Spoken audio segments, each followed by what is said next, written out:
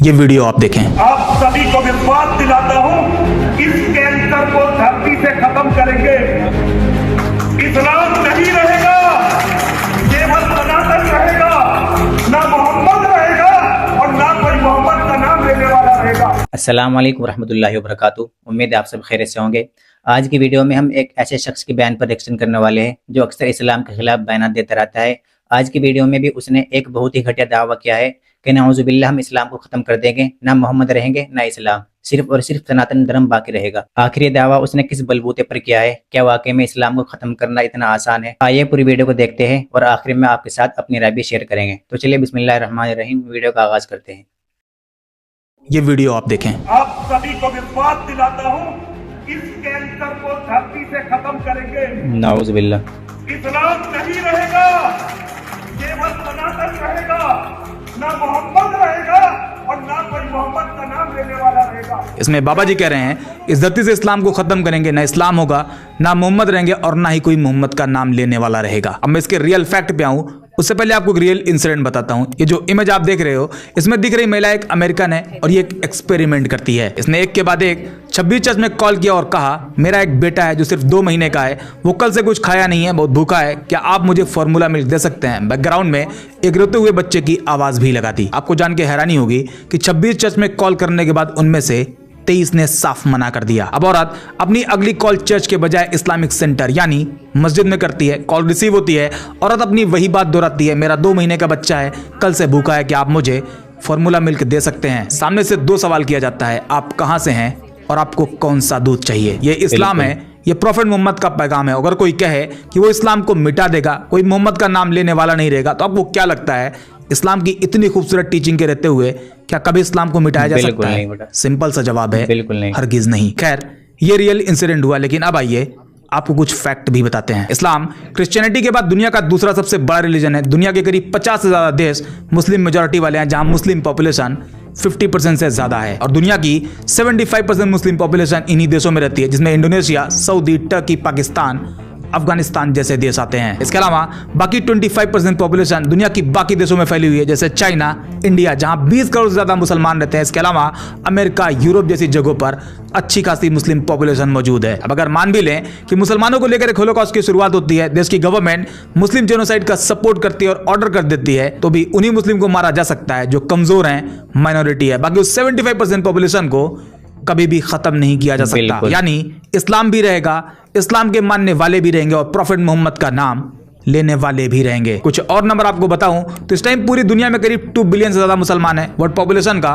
25% हिस्सा अकेले मुसलमानों का है। फिर रिसर्च बताती है कि नंबर साल 2030 तक बढ़कर 2.2 बिलियन होगा और 2050 तक यही नंबर 2.8 बिलियन पर पहुंच जाएगा और दुनिया में 30% पॉपुलेशन के साथ इस्लाम दुनिया का दूसरा सबसे बड़ा रिलीजन होगा। रिसर्च ये भी बताती है कि इस्लाम ही है जो दुनिया में सबसे तेजी से फैल रहा। क्यों फैल रहा, इन दोनों वीडियो में आपको बताया है। अगर आपने नहीं देखा तो आप जरूर देखिएगा। अब आप खुद गौर करें, इतने बड़े पैमाने पर किसी धर्म को मिटाना क्या पॉसिबल है? अगर नाजी जर्मनी या सोवियत यूनियन जैसी कोशिश भी करी जाए तो भी पॉसिबल नहीं है। हिस्टोरिकली भी आपको बता ही देते हैं, क्योंकि ये पहले नहीं है जिन्होंने इस्लाम को मिटाने का ख्वाब देखा है, बल्कि इससे पहले इनसे बहुत बड़ी बड़ी ताकतें ये ख्वाब देख चुकी हैं और उनके ख्वाब को चकनाचूर किया जा चुका है। 13वीं सेंचुरी में मंगोल एक ताकतवर, दहशतगर्द और बर्बर फौज हुआ करती थी। चंगेज खान इस फौज का बादशाह हुआ करता था और यह फौज जिस इलाके की तरफ निकलती उसे लूट पार कर कत्ले आम करके उसे जला देती। इनका खौफ दिन ब दिन बढ़ता ही जा रहा था। साल 1258 में चंगेज खान का पोता यानी उनका ग्रैंडसन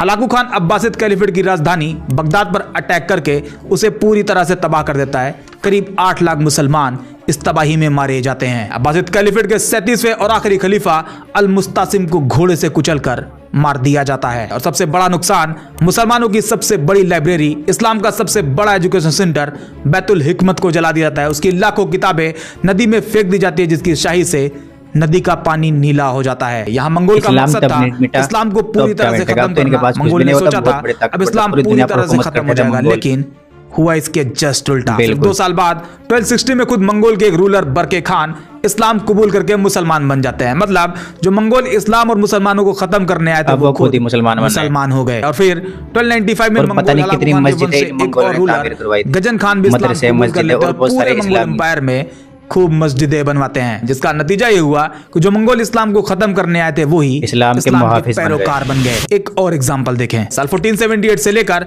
1834 तक स्पेन में Catholic church back court system हुआ करता था, जिसका मकसद था स्पेन को 100% कैथोलिक कंट्री बनाना। और इसके लिए उन्होंने उन लोगों को टारगेट किया जो मुस्लिम थे, ज्यूज थे या फिर क्रिश्चियन होने का दावा करते थे, लेकिन अंदर ही अंदर अपना अलग धर्म मानते थे। इस पीरियड में स्पेन में मुसलमानों का एक आखिरी किला हुआ करता था जिसका नाम था ग्रेनाडा, और 1492 में वो भी गिर जाता है या गिरा दिया जाता है। इस तरह स्पेन पूरी तरह कैथोलिक राजा फर्डिनेंड और इसाबेला के कंट्रोल में आ जाता है। पहले तो उन्होंने मुसलमानों से कहा कि आप अपना रिलीजन फ्रीली मान सकते हैं, कोई प्रॉब्लम नहीं है, लेकिन कुछ ही साल बाद करीब 1502 में वो अपने ही कहे से पलट गए और एक नया फरमान सुना दिया, मुसलमानों या तो क्रिश्चियन बन जाओ या स्पेन छोड़ दो। उनके इस फरमान को मानने से अगर कोई मना कर देता तो उसे पनिश किया जाता, जेल में टॉर्चर किया जाता और यहां तक कि उन्हें मार दिया जाता था। और इस तरह जोर जबरदस्ती करके करीब 2 लाख मुसलमानों को क्रिश्चियन बना दिया गया। जिन लोगों पर शक होता कि ये चुपके चुपके इस्लाम फॉलो कर रहा है तो बाकायदा उन्हें कोर्ट में लाया जाता, उनके खिलाफ ट्रायल होते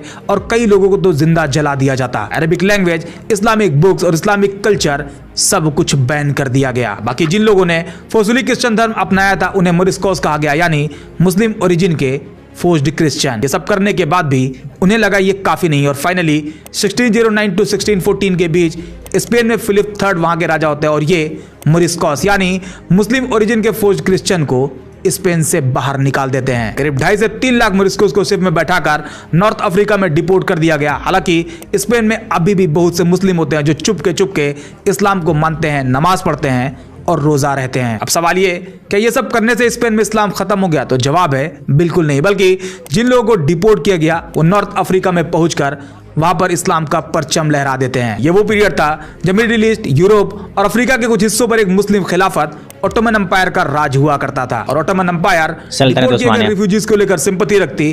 खुद डिपोर्ट किए गए लोगों में कुछ लोगों ने ऑटोमन नेवी ज्वाइन करी और स्पेन के शिप्स को टारगेट करना भी शुरू कर दिया। अब अगर आज की बात करें तो इस टाइम स्पेन में करीब 25 लाख मुस्लिम रहते हैं, जो स्पेन की टोटल पॉपुलेशन के 5 से 6% है। स्पेन में 1000 ज्यादा मस्जिदें हैं और दिन ब दिन मुस्लिम पॉपुलेशन और इस्लामिक इन्फ्लुएंस स्पेन में तेजी से बढ़ रहा है। और इस तरह स्पेन का 100% कैथोलिक बनने का सपना कभी पूरा ही नहीं हो पाया। कुछ और एग्जांपल देखें। मुस्लिम रूलर के खिलाफ वॉर की एक पूरी सीरीज चली जिसे क्रूसेड्स कहा गया, करीब 200 साल तक, 1095 से लेकर 1291 तक, जिसमें मुसलमानों को खत्म करने की भरपूर कोशिश करी गई। लेकिन इसी सीरीज में 1187 में सलाहुद्दीन अय्यूबी ने मस्जिद अक्सा फतह कर ली और 1291 में क्रूसेड्स का आखिरी किला भी ढहा दिया गया। सोवियत एरा में भी करीब 70 साल तक मुसलमानों को टारगेट किया गया, मस्जिदें बंद करी गई। साल 1917 में 25,000 ज्यादा मस्जिदें हुआ करती थी, जो 1991 आते आते सिर्फ 500 बचती हैं। मौलवी को या तो जेल में डाल दिया गया या फिर उन्हें मार दिया गया।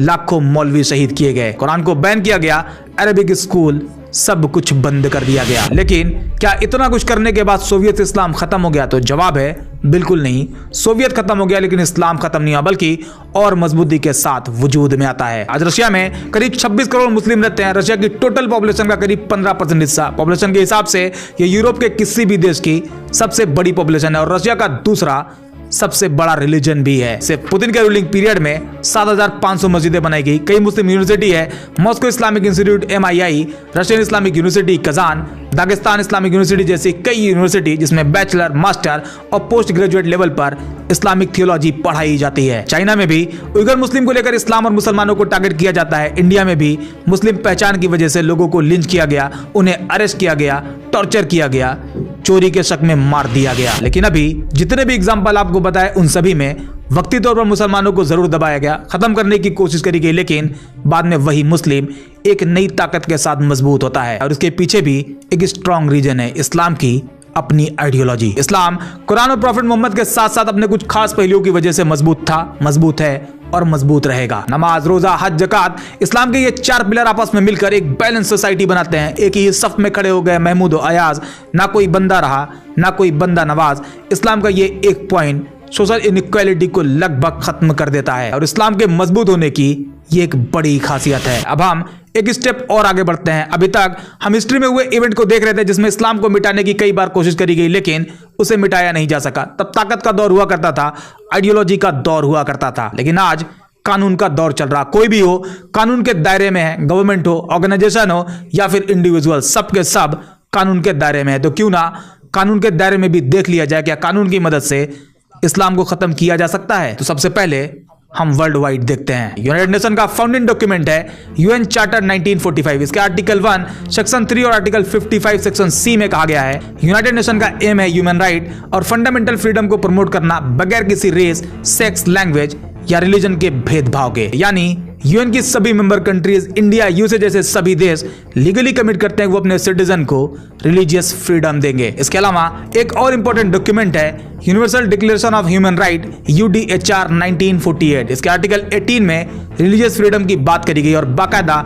हर एक इंसान को ये राइट दिया गया है वो किसी भी धर्म को मान सकता है, उसे बदल सकता है या कोई भी धर्म नहीं मानता। और अगर कोई स्टेट यानी गवर्नमेंट किसी कम्युनिटी को फोर्स करे रिलीजन चेंज करने के लिए या कोई सरकार किसी रिलीजन को मिटाने की कोशिश करे तो वो ह्यूमन राइट वायलेशन माना जाएगा। एक और डॉक्यूमेंट है international covenant on civil and political right ICCPR 1966। इसके आर्टिकल 18 में भी सेम राइट दिए गए हैं। इसके अलावा यूएन जेनोसाइड कन्वेंशन 1948 के मुताबिक अगर कोई सरकार या ग्रुप किसी रिलीजन, रेस या एथनिक ग्रुप को डिस्ट्रॉय करने की कोशिश करे तो वो जेनोसाइड की कैटेगरी में आएगा। यानी अगर कोई देश ऑफिशियली कहे कि वो इस रिलीजन को खत्म करना चाहती है या खत्म कर देगी तो वो इंटरनेशनल क्राइम माना जाएगा। ये तो इंटरनेशनल लेवल पर कानून है, लेकिन अब चलो मान लेते हैं कि एक टाइम यूएसए यूएन की बात नहीं मानता क्योंकि विश्व गुरु है भाई, तो क्या अमेरिका की मदद से मुसलमानों को खत्म किया जा सकता है, इस्लाम को मिटाया जा सकता है? तो जवाब है बिल्कुल नहीं। अमेरिकन कॉन्स्टिट्यूशन में रिलीजियस फ्रीडम को लेकर फर्स्ट अमेंडमेंट 1791 में कहा गया है, Congress shall make no law respecting and establishment of religion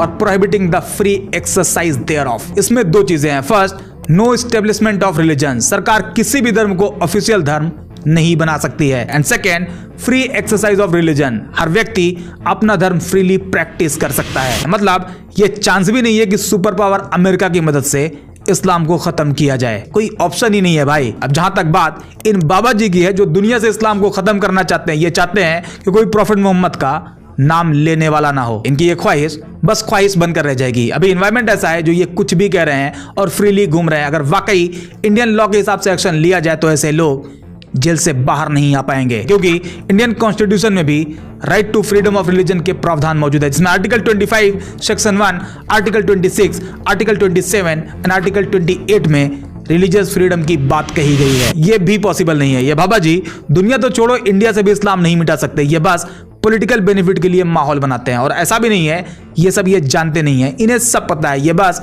मुसलमान और इस्लाम के नाम पर एक ग्रुप को अपने फेवर में भीड़ बनाना चाहते हैं, इससे ज्यादा कुछ भी नहीं। ओवरऑल कंक्लूजन यही है कि इस्लाम को हरगिज मिटाया नहीं जा सकता, क्योंकि मुस्लिम पॉपुलेशन का नंबर बहुत बड़ा है। खुद हिस्ट्री ऐसा सोचने वालों का फेलियर दिखाती है। इस्लामिक आइडियोलॉजी सेल्फ प्रोटेक्टिव है, एंड मोस्ट इंपॉर्टेंट आज की मॉडर्न सोसाइटी जहां प्रेशर, जुल्म, जबरदस्ती कुछ भी काम नहीं आती। खुद कुरान में अल्लाह ने वादा किया है, कुरान चैप्टर 9 वर्स 32 में आता है, ये लोग चाहते हैं अल्लाह की रोशनी को अपनी फूकों से बुझा दें, मगर अल्लाह अपनी रोशनी को मुकम्मल किए बगैर मानने वाला नहीं है। इस्लाम को खत्म करने वाले बयान सिर्फ नफरत फैलाते हैं, लेकिन हकीकत यह है इस्लाम दिन ब दिन फल फूल रहा है। ऐसे में मशवरा यह है, नफरत छोड़ो और इंसानियत की बात करो। इतिहास सिखाता है जो धर्म मिटाने चले थे वो खुद ही मर गए। इस्लाम तब भी था, इस्लाम आज भी है और आगे भी रहेगा। हम इस पंडित से बस इतना कहना चाहेंगे कि इस्लाम को मिटाने के लिए हजारों फिरौन और नमरूद आए और खुद वो तबाह हो गए, लेकिन इस्लाम जिंदा था, इस्लाम जिंदा है और इंशाल्लाह आखिर में इस्लाम ही गालिब आकर रहेगा। आप इस बारे में क्या कहते हैं कमेंट करके जरूर बताएं। तो चलिए आज की वीडियो कहीं पर खत्म करते हैं, मिलते हैं इंशाल्लाह अगली वीडियो में। तब तक के लिए अस्सलाम वालेकुम रहमतुल्लाहि व बरकातुहू।